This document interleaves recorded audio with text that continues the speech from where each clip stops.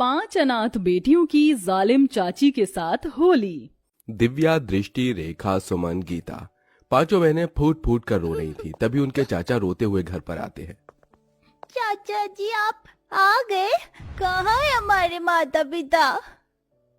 चाचा जी आप जब क्यों हो बताओ ना। अब तुम्हारे माता पिता कभी नहीं आ पाएंगे। क्यों चाचा जी आप ऐसा क्यों बोल रहे हो? मेरी प्यारी बेटियों, आज से मैं ही तुम्हारा पिता हूँ। तुम्हारे माँ पिता भगवान को प्यारे हो गए हैं। अब वो भगवान के पास ही रहेंगे। नहीं ऐसा मत कहिए, बताइए हमारे माता पिता कहाँ हैं? उनके बिना हम कैसे रहेंगे? पांचों बेटियों की बातें सुनकर सर्वेश उन्हें गले से लगा लेता है, जिसके बाद वो रोते हुए अपने कमरे में आता है, जहाँ उसकी पत्नी निकिता उससे कहती है, कराए अपने भैया भाभी का अंतिम संस्कार? हाँ कराया। चलो ये तो ठीक है, लेकिन अब मुझे ये बताओ, इन 5 लड़कियों का क्या होगा? तुम ये कैसी बातें कर रही हो? इनका क्या होगा मतलब? अरे ये अनाथ हो गई हैं। इस घर के अलावा इनके पास और कोई रहने का ठिकाना भी नहीं है। वाह वाह, देखो तो सही, तुम्हारे भैया भाभी तो मर गए और हमारी छाती पर इन 5 लड़कियों को छोड़ गए। कौन करेगा इनका कन्यादान? मैं इनका चाचा हूँ, मैं करूँगा। तुम करोगे? तुमसे अपनी औलाद तो पाली नहीं जाती। तुम्हारा बेटा इतने दिनों से एक साइकिल की जिद कर रहा है, तुमसे एक साइकिल तो ली नहीं गई। इस घर और परिवार को चलाने के लिए मैं शहर जाकर नौकरी करूंगा। तुम हमारे बेटे और 5 लड़कियों का ध्यान रखना। ऐसा कहने के बाद सर्वेश अपना सामान पैक करता है। चाचा जी आप कहाँ जा रहे हैं? तुम 5 अपना ख्याल रखना, मैं शहर जा रहा हूँ काम के लिए। सर्वेश उनकी शादी के लिए पैसे जोड़ने शहर चला जाता है। इधर उसके जाते ही निकिता अनाथ बहनों के ऊपर अत्याचार करना शुरू कर देती है। अब ये मेरा मुंह क्या देख रही हो? इस घर में तुम्हें फ्री फोकट की खाने को नहीं मिलेगी। चलो जल्दी जल्दी काम करो, घर में बहुत काम है। चाची जी आप हमें बता दीजिए कि क्या क्या काम करने हैं, हम सारे काम कर लेंगे। लेकिन हमारी ये 2 छोटी बहनें हैं, इनसे काम मत करवाइएगा। रोटी की कमाई हर किसी के लिए बराबर है, इसलिए तुम 5 को ही घर के काम करने पड़ेंगे। रेखा, सुमन, तुम जाओ और खाने की तैयारी करो।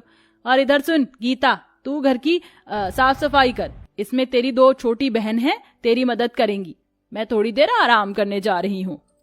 निकिता ऐसा कहकर अपने कमरे में आराम करने चली जाती है और इधर 5 अनाथ बहनें अपने माँ बाप के मरने का गम लिए घर के अंदर सारे काम करना शुरू कर देती हैं। सब्जी बनाते हुए रेखा का हाथ जल जाता है। दीदी मेरा हाथ जल गया। अरे भगवान ये क्या हो गया? चल तू इस पर कोलगेट लगा ले, थोड़ी सी ठंडक मिलेगी तुझे।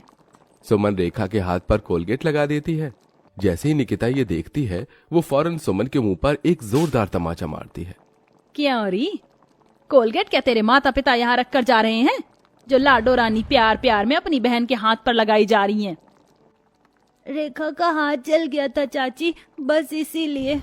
आइंदा अगर मुझसे बिना पूछे कुछ काम किया तो जिन हाथों से काम करोगे उन हाथों को ही तोड़ दूंगी।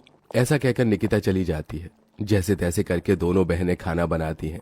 खाना खाने के समय उसका बेटा निखिल कहता है, माँ कैसा खाना बनाया है, कितना बकवास है। निकिता सारा खाना फेंक देती है। तुम नालायकों को तो खाना बनाना भी नहीं आता। जाओ दोबारा से सही से खाना बना कर लाओ। इस तरह निकिता दोबारा से उन बेचारी अनाथ बहनों को खाना बनाने के लिए भेज देती है। दोबारा खाना थोड़ा सही बनता है, इसलिए दोनों माँ बेटे खाना खा जाते हैं और उन 5 के लिए कुछ नहीं बचाते। बहुत जोर से भूख लगी है दीदी, मुझे भी बहुत जोर से भूख लगी है। तुम यहीं रुको, मैं चाची जी से खाना लेकर आती हूँ। सुमन अपनी बहनों से ऐसा कहकर अपनी चाची से खाना मांगने जाती है, लेकिन उसकी चाची अपने बेटे के साथ अपने कमरे में सो रही होती है। चाची तो सो रही हैं, एक काम करती हूँ, खुद ही अपनी बहनों के लिए खाना ले जाती हूँ। सुमन ऐसा सोचकर रसोई में जाती है और खाना ढूंढने लगती है, लेकिन खाना तो खत्म हो चुका था। हे भगवान, आज तो हमारे लिए खाना भी नहीं छोड़ा चाची जी ने। सुमन मायूस होकर वापस अपनी बहनों के पास आ जाती है। कुछ नहीं था रसोई में, बस ये सूखी रोटियां थी, यही खाकर गुजारा कर लेते हैं, कल सुबह नाश्ता करेंगे। 5 बहनें वहीं सूखी रोटी खाकर सो जाती हैं। अगले दिन जब सवेरा होता है तो निकिता घर के सारे काम उन्हीं से करवाने के साथ साथ बाहर के काम भी उन्हीं से करवाती है। इसी तरह अत्याचार करते हुए कुछ दिन बीत जाते हैं और होली आने वाली होती है। होली आने वाली है और मेरे बड़े भाई उनकी पत्नी घर पर आएंगी। तुम पांचों की पांचों कान खोल कर सुन लो। घर में अच्छे से साफ सफाई करना, जरा भी गंदगी नहीं रहनी चाहिए। सुमन, रेखा, गीता, तुम तीनों बाजार जाकर सामान लेकर आओगी। निकिता होली के रंग और होली की डेकोरेशन के लिए सामान लाने तीनों बहनों को भेज देती है और यहाँ छोटी बहनों से घर के काम करवाती है। लेकिन बाहर से सामान लाते समय जब वो तीनों सड़क पार कर रही होती हैं, तो उनका ध्यान गाड़ियों पर नहीं होता, जिसकी वजह से उनका एक्सीडेंट हो जाता है। मेरे हाथ पर लग गई। चलो चलो, ज्यादा नहीं, थोड़ी सी खरोच आई है, घर चलते हैं। तीनों बहनें चोट लगने के बाद भी घर आ जाती हैं, जहां उनका टूटा फूटा गंदा सामान देखकर निकिता बहुत गुस्से में आ जाती है। ये तुमने क्या किया? सारा सामान बर्बाद कर दिया। कहाँ लोट पोट होकर आ रही हो? चाची जी, हमारा एक्सीडेंट हो गया था, हमें चोट भी लगी है। मुझे बहाने देने की जरूरत नहीं है, मैं तुम्हें अच्छे से जानती हूँ। चलो अब जाकर काम करो घर के। पांचों बहनें घर के कामों में ही लगी रहती हैं। 2 दिन में इतने के बाद होली आ जाती है। यहाँ होली वाले दिन घर पर बढ़िया बढ़िया पकवान भी आते हैं, जो निकिता अपने कुछ रिश्तेदारों के साथ बैठकर खा रही होती है। साथ में उनका बेटा निखिल भी बढ़िया बढ़िया पकवान खाते हुए पांचों बहनों को चिढ़ाता है। देखो देखो, तुम्हें ये खाने को कभी नहीं मिलेगा, इसलिए मुझे देखकर ही अपना मन भर लो। निखिल के ये कहने पर पांचों बहनें उसे देखती ही रह जाती हैं। कुछ देर बाद निखिल पिचकारियों से खेल रहा होता है, तो वो उन पांचों बहनों को दिखा दिखाकर उन्हें चिढ़ाता है, जिसके चलते वो पांचों अपनी चाची के पास जाती हैं। चाची चाची, हमें भी भूख लगी, हमें भी पकवान खाने हैं। चाची, हमारे माता पिता हमारे लिए हर साल होली पर पिचकारी और रंग लाकर दिया करते थे होली खेलने के लिए। आप हमें दे दो, हमें होली खेलनी है। हाँ चाची, हमारा होली खेलने का बहुत मन कर रहा है। अच्छा, तो तुम पांचों को होली खेलनी है? रुको, मैं तुम्हें होली खिलाती हूँ, आओ मेरे साथ। निकिता प्यार प्यार से उन्हें अपने साथ ले जाती और बाहर घर के आंगन में पेड़ से बांधकर उन्हें डंडे से मारना शुरू कर देती है। इसे कहते हैं लठमार होली। आज तुम्हें इतना मारूंगी कि होली का भूत तुम्हारे सर से हमेशा के लिए उतर जाएगा। लाठी मारने के बाद वो उन पांचों बहनों के ऊपर कीचड़ और गोबर लाकर फेंकती है।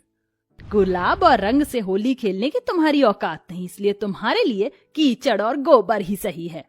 इस तरह का बर्ताव करने के बाद निकिता उन्हें खोल देती है।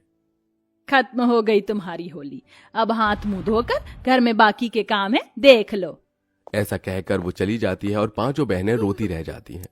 कुछ ही देर बाद निकिता होली खेलने की वजह से भीग जाती है। वहीं उसका फोन भी स्विच ऑफ होने वाला होता है।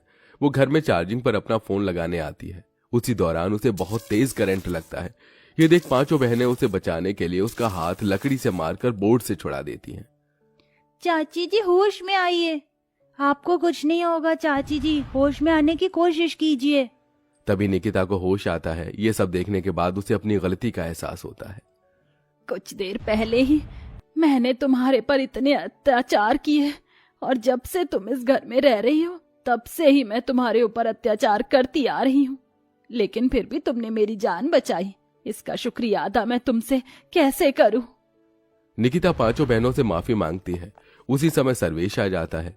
5 अनाथ बहनों के लिए वो नए कपड़े और होली के रंग लेकर आता है, लेकिन निकिता अपना सच छुपाना नहीं चाहती थी। वो सर्वेश को सब बता देती है कि किस किस तरह से उसने पांचों बहनों के ऊपर अत्याचार किया। मैंने तो जिंदगी में कभी नहीं सोचा था कि तुम इतनी बुरी औरत हो सकती हो। निकल जाओ इस घर से, मैं अब तुम्हारे साथ नहीं रह सकता। नहीं नहीं चाचा जी, चाची जी को माफ कर दीजिए, हमने भी उन्हें माफ कर दिया है।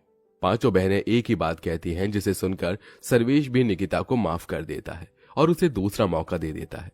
अब निकिता पांचों बहनों की अच्छे से देखरेख करती है, जिसके बाद वो पांचों अनाथ बहनें उस घर में खुशी खुशी रहने लगती।